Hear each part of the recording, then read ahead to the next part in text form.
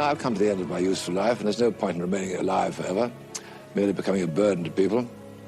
So I don't mind now, really, when it comes, as long as it's reasonably peaceful and satisfying sort of death.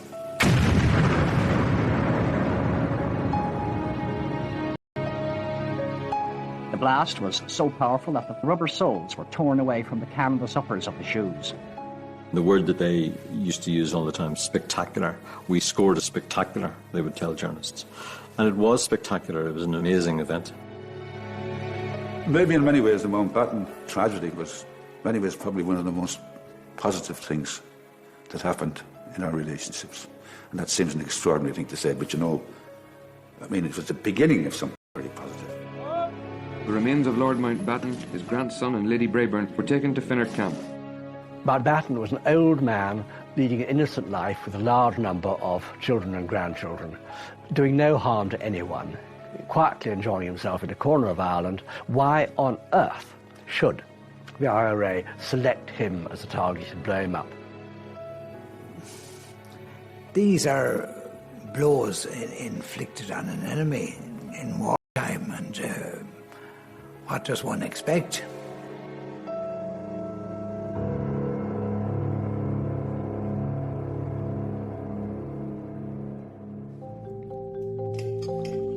In August 1979, Lord Mountbatten of Burma was enjoying the final days of his annual holiday at his home on the west coast of Ireland.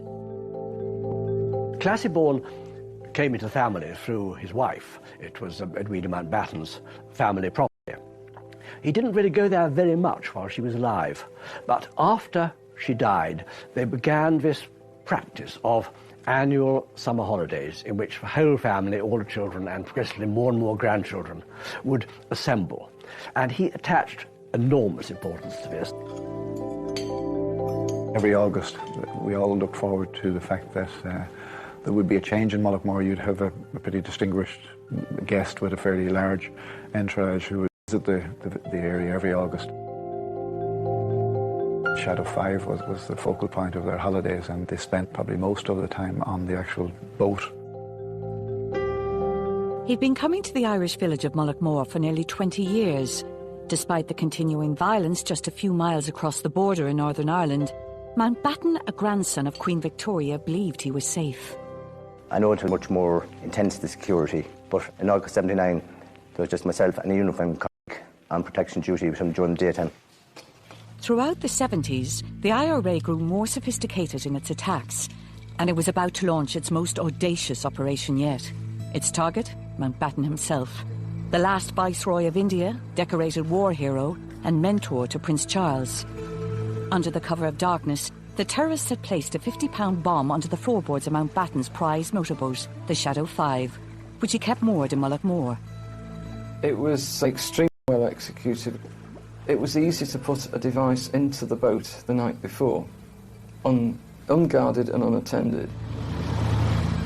Lord Mountbatten was a much-loved and well-respected member of the royal family. He had served his country at the highest level, commanding the Navy in Asia during World War II and overseeing the final days of the British Empire in India.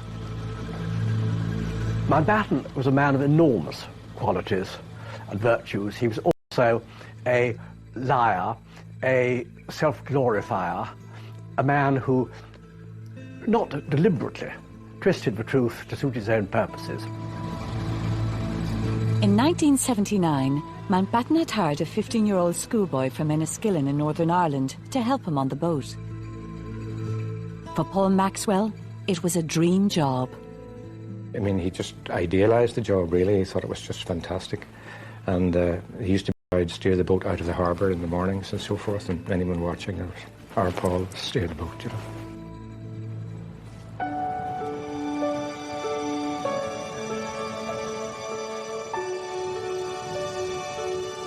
For over 400 years, Classy-born Castle has dominated the skyline over Mullaghmore.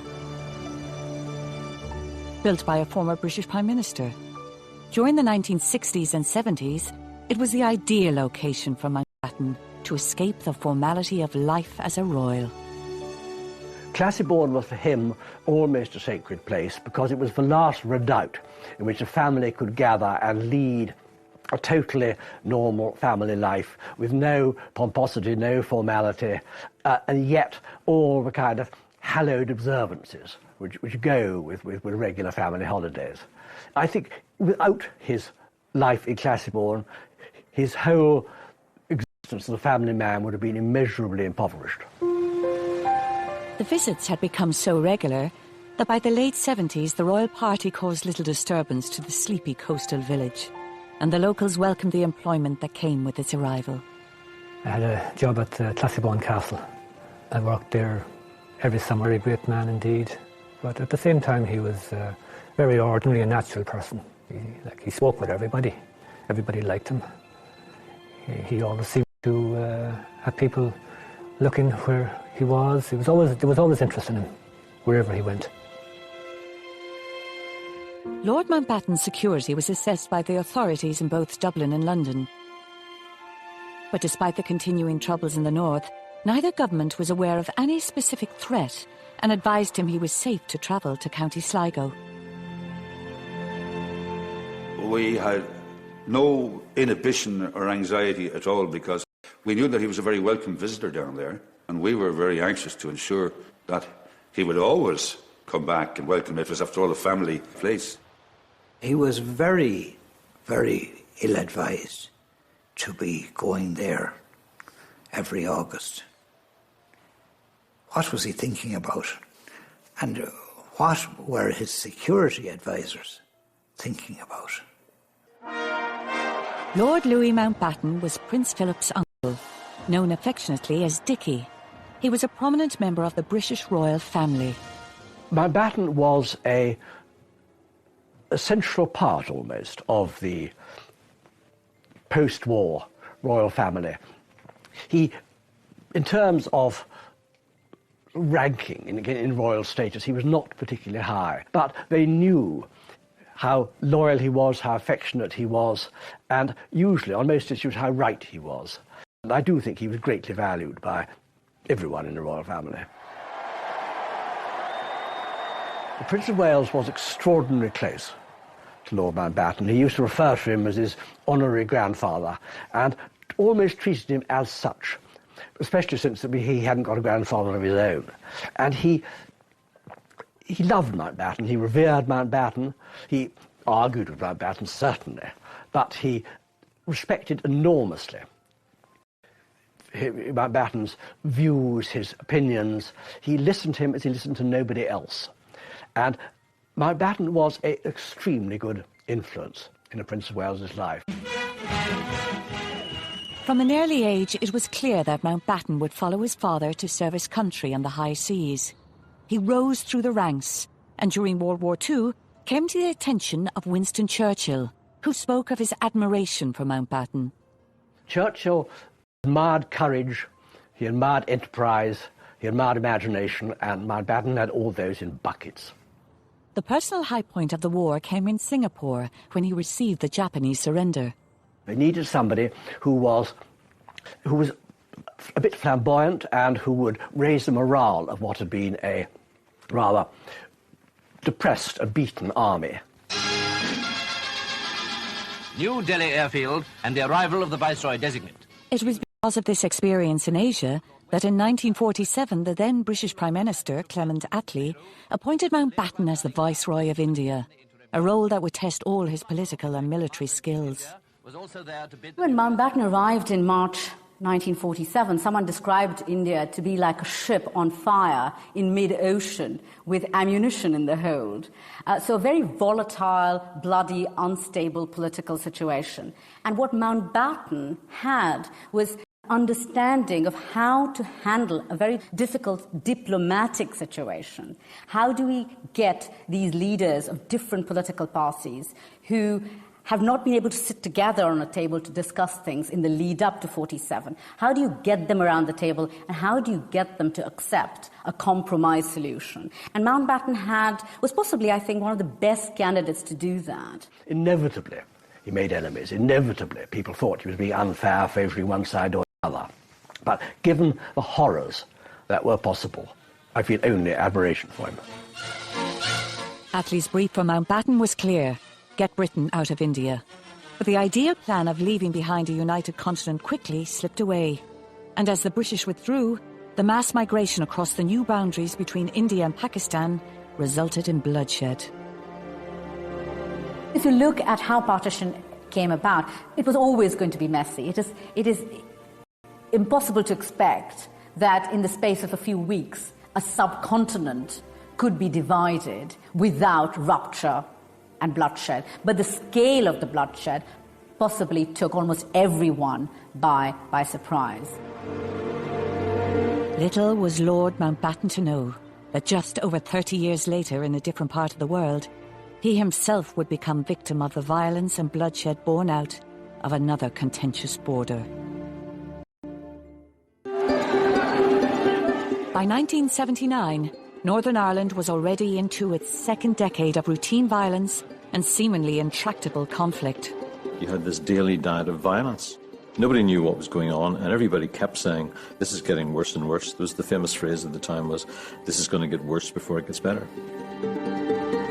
Despite the continuing violence in Northern Ireland all through the 70s, Mountbatten and his family continued to make their annual pilgrimage to Moore in the Republic of Ireland. Mountbatten knew that for him, a celebrity like him, with royal connections and a military background, he would consult the authorities in London. Every time they said, yes, of course, we accept the fact it is the fate, possibility of a risk, but we believe you could safely go. He so much wanted to go, in a way, that even if they'd been more discouraging, I think he might well have gone. But as it was, he did go with official blessing. Looking back with hindsight, it's absolutely extraordinary to think that a member of the royal family should, in the middle of a violent Republican campaign, should think that he would be safe and sound in holidaying in Ireland.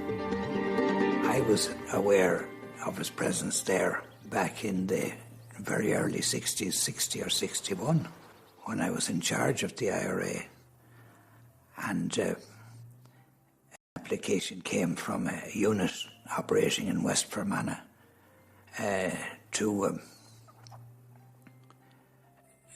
to deal with Lord Mountbatten.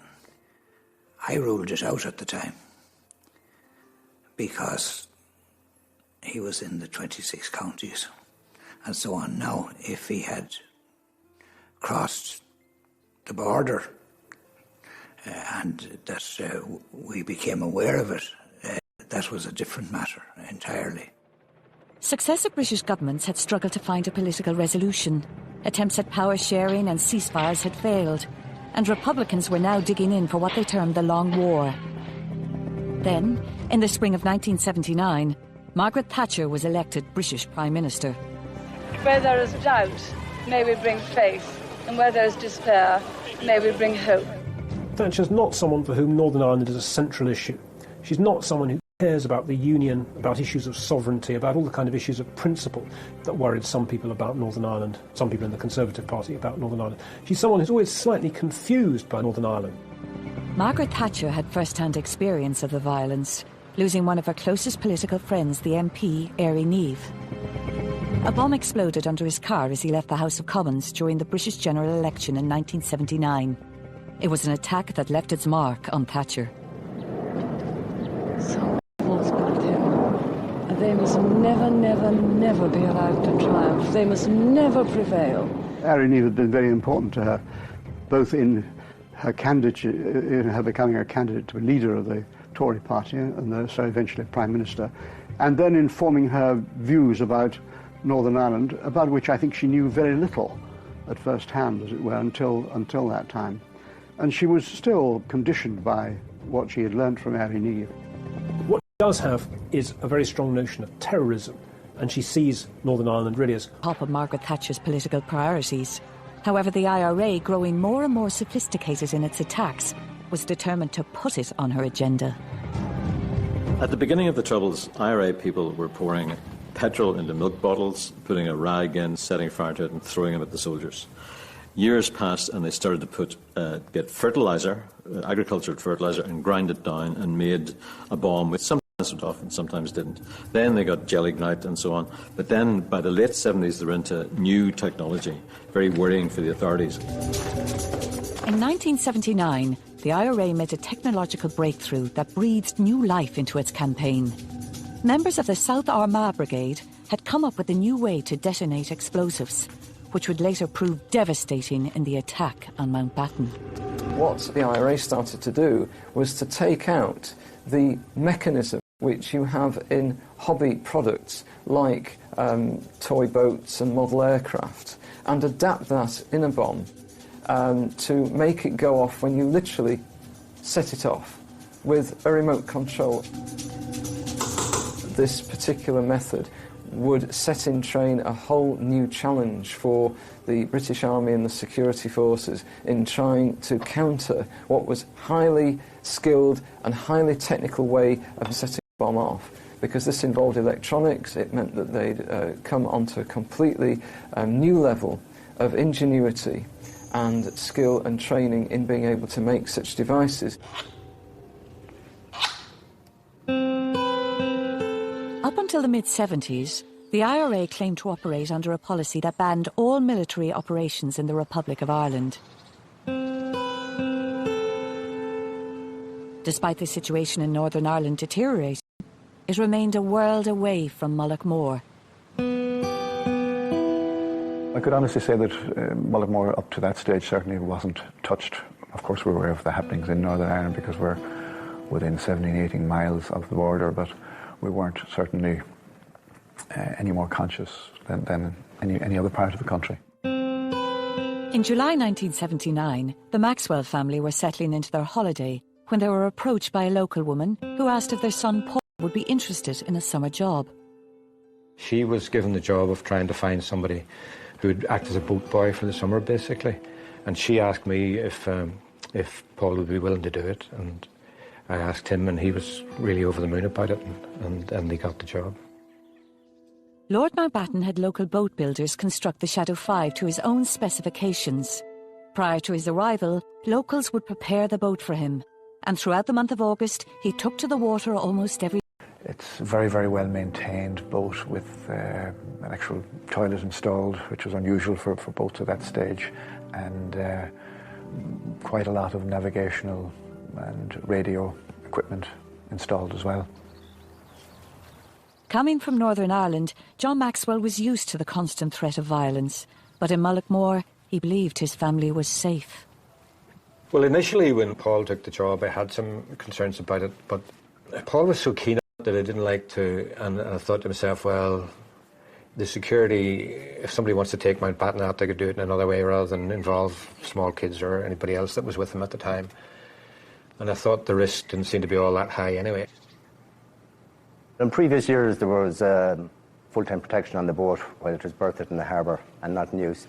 But in August '79, that protection had been removed, I think possibly at the wishes of Lord Mountbatten.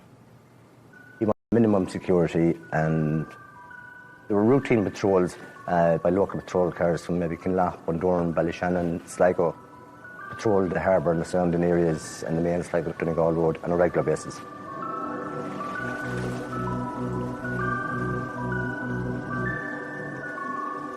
On the night of August 26th, the routine patrols failed to spot two men as they made their way out along Mullaghmore Harbour. The IRA team boarded the Shadow 5 and placed a 50-pound remote-controlled bomb onto the floorboards. This was the IRA showing the world a new frightening capability, both in terms of technology and execution.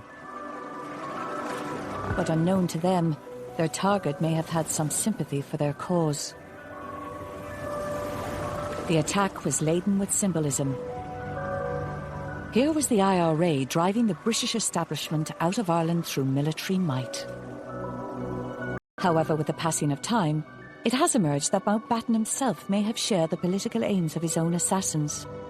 It seems he had been quietly voicing hopes of a united Ireland, just as he had supported the independence of India more than 3 decades earlier.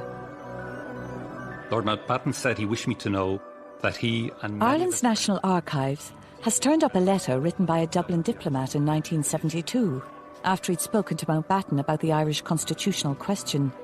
He was doubt where the Royals stood. They hope that this can be developed into a major advance towards the final solution. Reunification is the only eventual solution. If there is anything he can do to help, he will be most happy to cooperate. Mountbatten was naturally liberal in his instincts. Whatever community he was in, he thought that I suspect that secretly, he thought that the end, reunification, was inevitable. All I can say is I wish that Lord Mountbatten had spoken up about that. I'm very interested to hear that, as I haven't been aware of that up to this. But he should have spoken up, and it would have a certain impact at the time. And who knows, it might have changed or helped to change the course of history.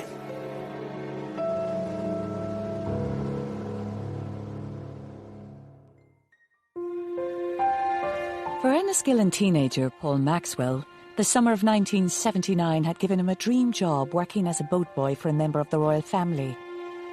Lord Mountbatten, the last Viceroy of India, spent each August in Mullaghmore, County Sligo, and on the morning of August 27th, both were nearing the end of their holidays.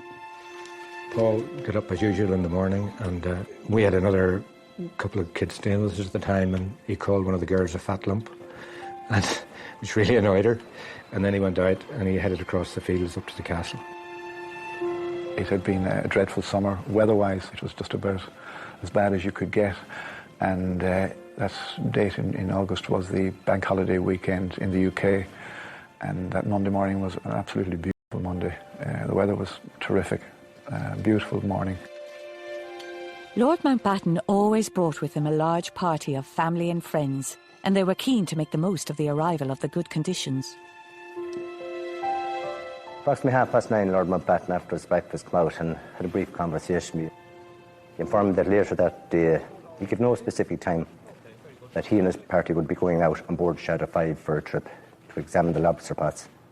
As luck would have it, I went down to collect a paper later on in the morning, and I was watching him across on the other side of the harbour, and he was in the boat. He was sort of getting it ready to go out.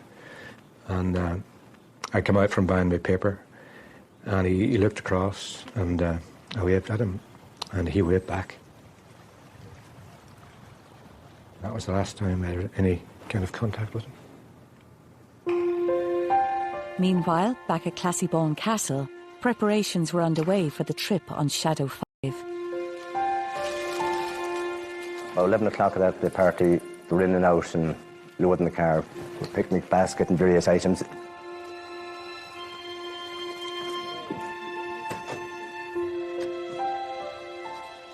So they all bailed into the car and we headed for the... We arrived at the boat, the tide was quite low, so Lord Mountbatten, being 79 years of age, an elderly man, and the Dowager Lady Patricia Brayburn, was 83. I helped them down onto the boat and remained with them on the boat for a period. So Lord Mountbatten took control of the boat himself. The Dowager Patricia Brayburn sat at the rear of the boat, along with Lady Brayburn. Lord Brayburn, Timothy and Nicholas Maxwell, twin sons, 14 years of age, and Paul Maxwell were in the main body of the boat then. Lord Mountbatten steered the boat out of the harbour, turned left and headed towards where the lobster pots were. I had went down onto the rocks, down onto where the small wee ponds of water were just walking along the rocks. And I sat down because I seen the boat approaching, and I knew the boat was going to be lifting the lobster pot right beside me. I was really 30 yards from the boat. I wouldn't have been any further than that. I was up reading the paper at the back of the cottage. I suppose it would have been maybe 11 o'clock or 11:30 or something like that. I followed along the cliff face, keeping the boat under close observation at all times. So within minutes, the boat came to a wee inlet where the lobster pots were. They were chatting among themselves, like just hear them talking. And the boat was coming towards me and then turned to the right-hand side. And it was then that someone had stopped to lift the lobster pot. I was looking down at the cliff face, directly down onto the boat. From what I can remember, There was somebody leaning over the boat to lift the lobster pot. It was an enormous explosion.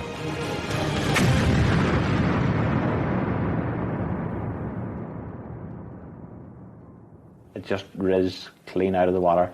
It went straight up into the air. It didn't spread out at all. It just went straight up. And it seemed to go up into the air for about, to me, like 5 seconds before there was another merciful explosion.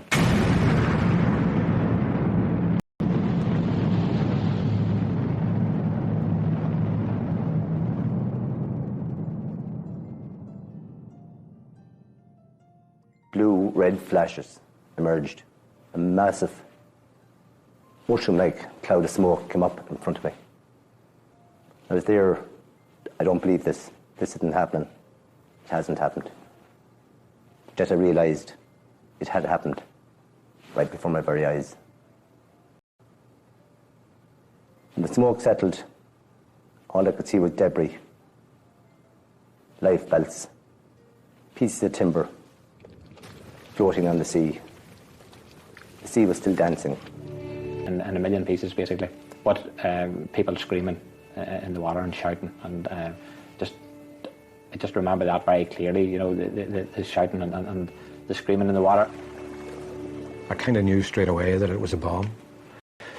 And I jumped into the car, and there was a Garda there. And he confirmed that it was, you know, Mountbatten's boat. And I thought, gosh, nobody could have survived that. And I kind of lost the head to some extent, I suppose, for want of a better way of putting it, and thought to myself, I'll climb down this cliff face and I'll see if I can find any sign of Paul in the water. We had to hold him. The field was just on the edge of a cliff, and there was nothing but rocks below. If he had to jump, he would have jumped to his death. And he was so distressed. He could hear the shouts in the water too, not knowing, I suppose, if that was his son or who it was. And it was, you know, it was all very frightening. At that stage also, quite a lot of boats that had been in the vicinity of the explosion itself had gone to the scene, and they were starting to remove the survivors and the casualties from the water. I met a man on the harbour, and he said, there's some survivors of this, and one of them is Paul, and he's in the Pierhead Hotel. So I felt a fantastic sense of relief at that point, and ran into the Pierhead Hotel and went up and saw this boy lying. The twins, the Natchwell twins, were fair-haired, like Paul, and at first I thought it was Paul, but it turned out that it was Tim. And that was a huge letdown, of course, because then I had to start looking for Paul again. I went back down onto the harbour, and there was a boat there, and a man I know said that he had Paul's body in the boat. So I went onto the boat. Paul was just lying there, and his head was in a bucket of mackerel. And I picked him up, and his body was still warm. So I thought he might be alive, but he wasn't. Lord Mountbatten died instantly in the attack, along with one of his grandsons, Nicholas Snatchbull. Another member of the party, Baroness Brayburn, would die the following day from her injuries. For Mountbatten, if he had gone alone, it was just about the perfect ending. He was nearly 80, he knew he was growing old, he hated growing old. He was at sea, he was doing what he loved most. He was blown up at sea by Her Majesty's enemies. The tragedy was that these other totally innocent members of his family went along with him, and that would have obviously caused him the deepest regret. The transformation from early morning Mullaghmore to midday in the afternoon couldn't have been more stark. If a bustling, thriving little holiday village, little port, to a little village that had been totally devastated, an air of doom and gloom and disbelief and shock had enveloped Mullaghmore and its visitors. Whenever people were standing around the harbour talking about it afterwards, I was down in the middle of it, and I can remember telling people I saw what happened, you know. So I suppose at 14 years of age, it was a big event for me, and I was saying that, I had seen what had happened. How did you know that it was Lord Mountbatten's boat? Because I was there in the harbour yesterday evening and I seen his boat and I recognised it. Well, there's a green with a white cab and I just recognised it was his boat. I knew that it was only kind of his boat in the harbour. I knew it was him.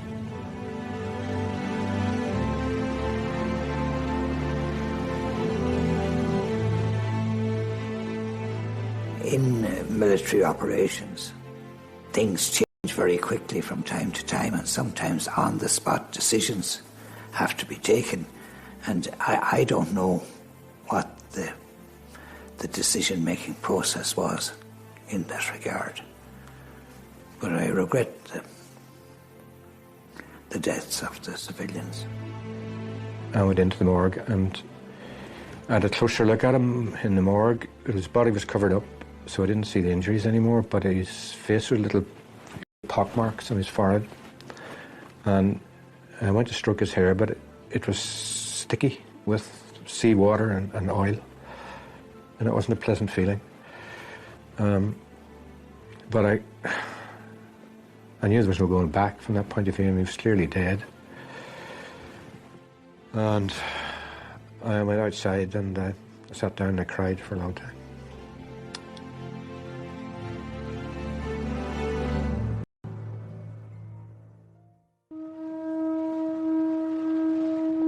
In August 1979, the IRA had struck right at the very heart of the British establishment with the killing of Lord Mountbatten of Burma while he was on holiday in Ireland.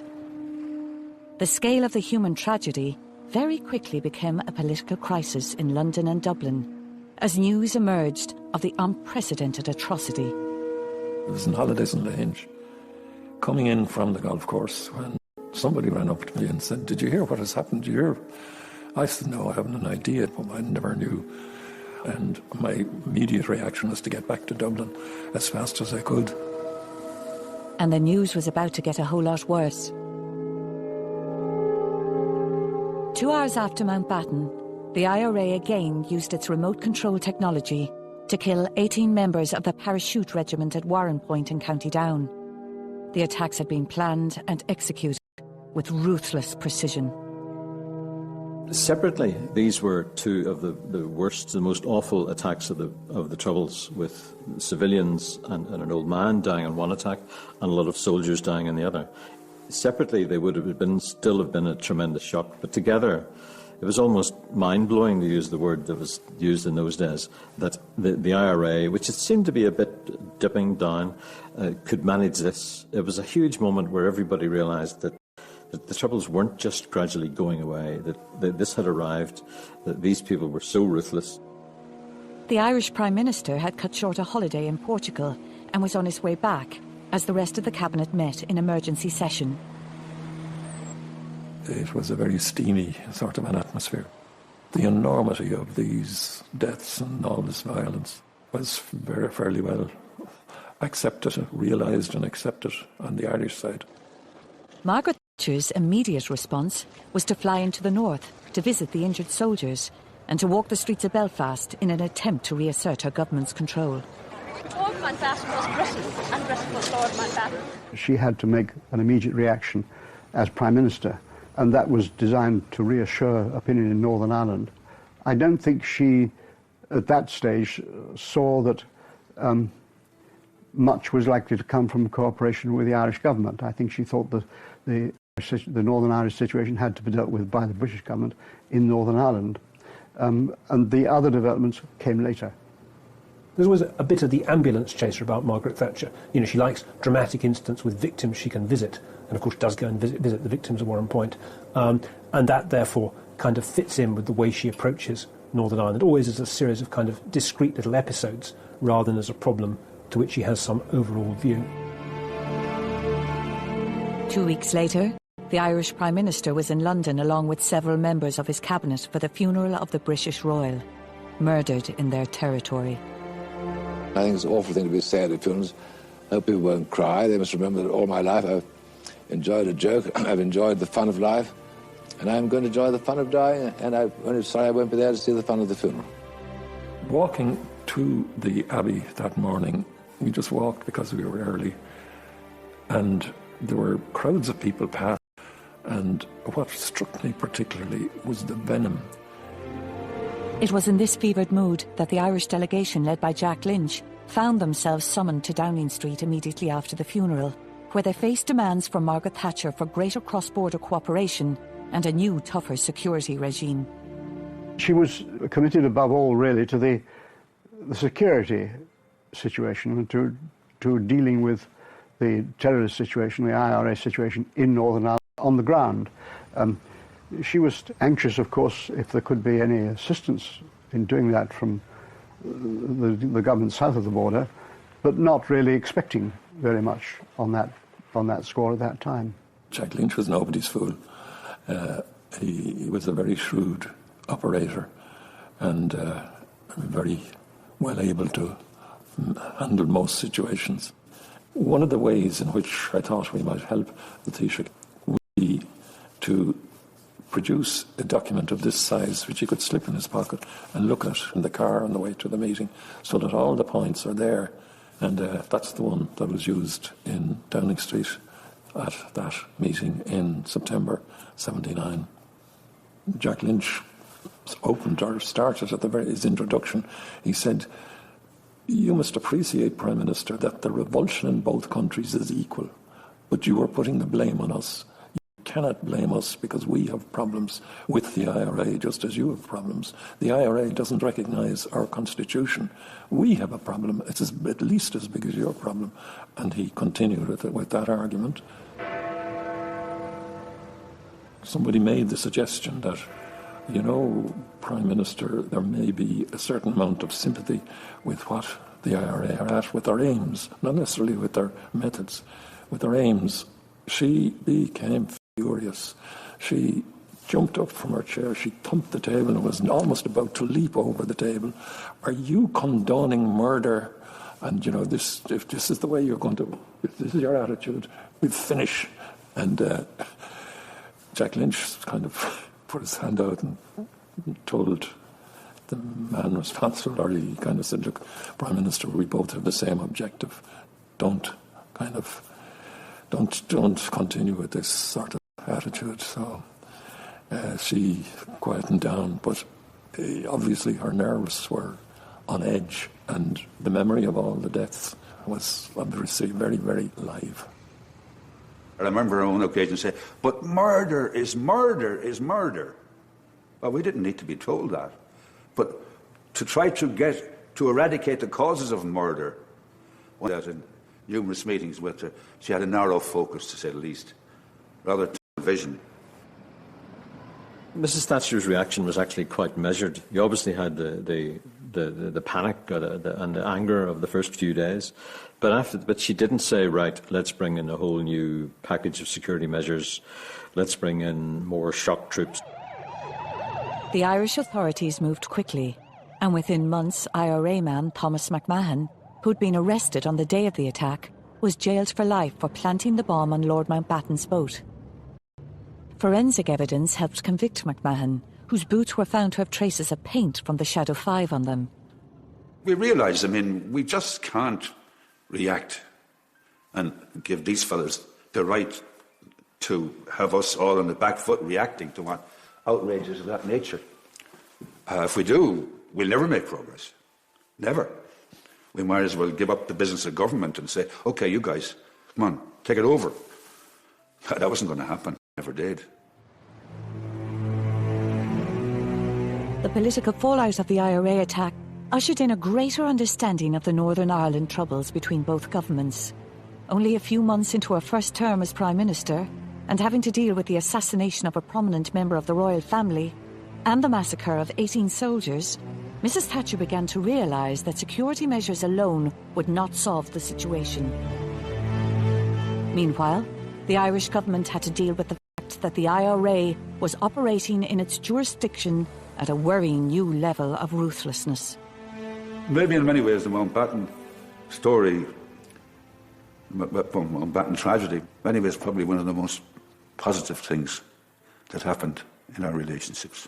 And that seems an extraordinary thing to say, but it was the beginning of something very positive. Mullaghmore stands alongside many other towns and villages of Ireland, whose very names are synonymous with the death and violence inflicted during the historical period now known simply as the Troubles.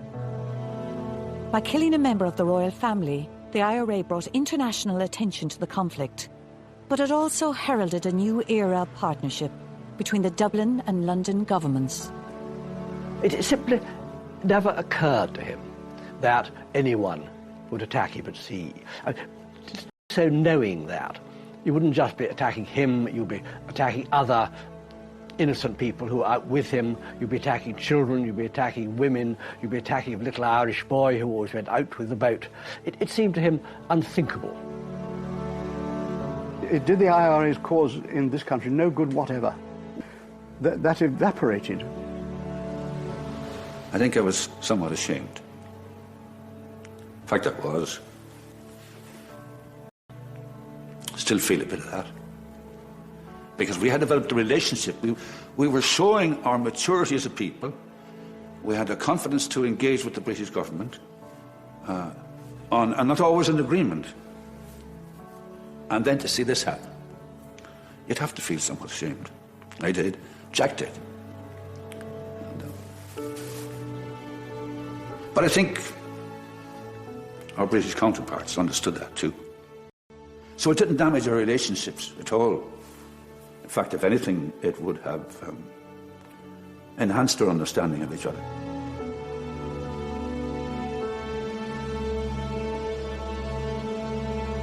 Their feats are legendary, serving as a blueprint for warfare thousands of years later.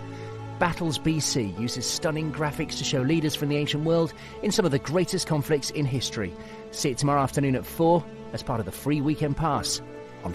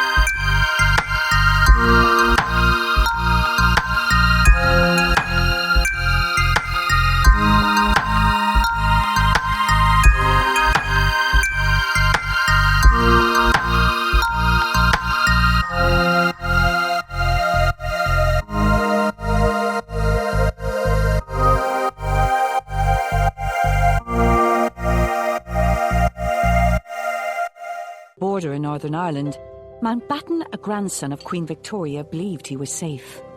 I know it was much more intense, the security, but in August '79, there was just myself and a uniformed colleague on protection duty with him during the daytime. Throughout the 70s, the IRA grew more sophisticated in its attacks, and it was about to launch its most audacious operation yet. Its target, Mountbatten himself, the last Viceroy of India, decorated war hero, and mentor to Prince Charles. Under the cover of darkness, the terrorists had placed a 50-pound bomb onto the floorboards of Mountbatten's prized motorboat, the Shadow 5, which he kept moored in Mullaghmore. It was extremely well executed. It was easy to put a device into the boat the night before, unguarded and unattended. Lord Mountbatten was a much-loved and well-respected member of the royal family. He had served his country at the highest level, commanding the Navy in Asia during World War II and overseeing the final days of the British Empire in India.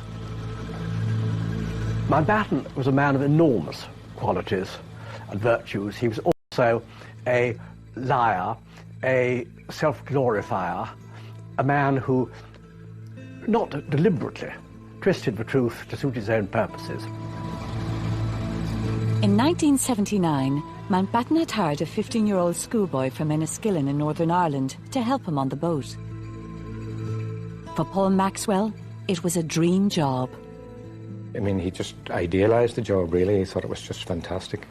And he used to steer the boat out of the harbour in the mornings and so forth, and anyone watching, or Paul steered the boat, you know.